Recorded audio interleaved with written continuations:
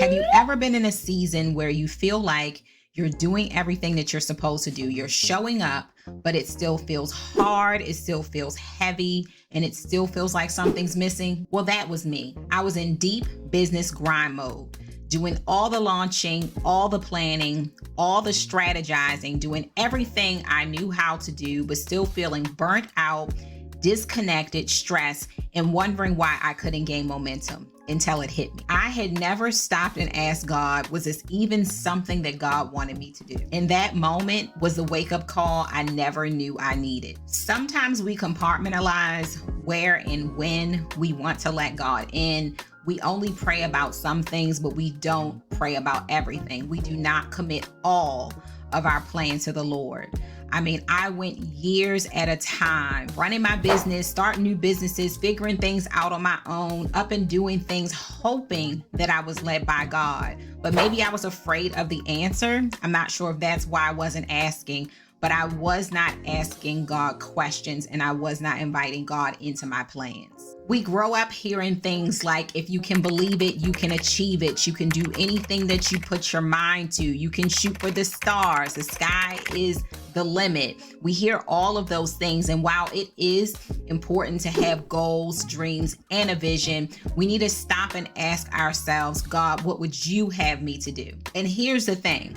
Just because you can do something, it doesn't mean that you should do it. This is not the time to be guessing your way through life. Now is the time to align. The Bible says in Psalms 37:23 that the steps of a good man are ordered by the Lord.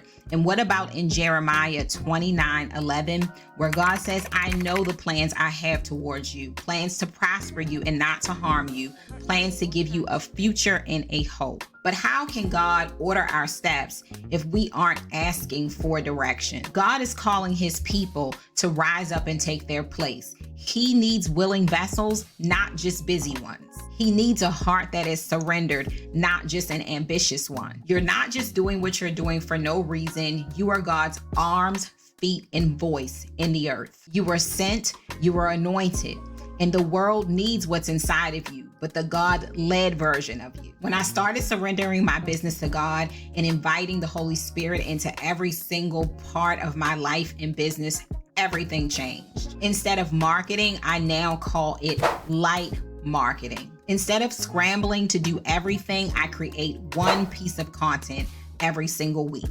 And I allow it to flow, shared in different ways on different platforms. But it starts with this one thing. I ask the Holy Spirit, what do you want me to share? There's no more obsessing over selling. I show up now in trust and not desperation. I don't launch any longer according to what the gurus say. I move when God says move. If I have nothing to say, particularly on that week, I rest, and I rest without guilt.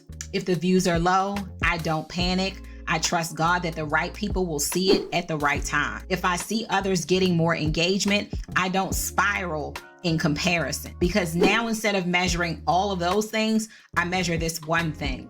Am I being obedient? I've surrendered every goal, every timeline, every outcome. Even if it looks like I'm building and moving slower than others, I trust God. And here's the thing, if God doesn't bless it, I don't want it. So here's what I want you to leave this video with today. Don't just go through the motions. Don't just build it because it looks good. Commit your plans to God. Ask him what he wants. Let God lead you, even if it takes you down a path that you don't understand and don't expect. When we surrender our plans and when we walk in God's purpose, provision follows. And when God is in you, you won't have to force it. So before you go, let's take a second and pray this prayer together. Lord, we praise you because you are the creator of all things, including us, our gifts, our businesses, and all things that concern us.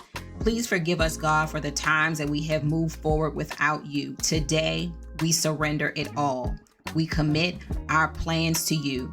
Have your way in us and through us and around us. Let everything we do reflect your will. In Jesus' name, amen. If this has blessed you today and reached you today, please definitely leave a comment here on the channel and let me know. Don't forget to share this video out, and don't be a stranger. Stick around and subscribe to this channel. Feel free to check out my resources and links in the description box. Be blessed, and I can't wait to talk to you again soon.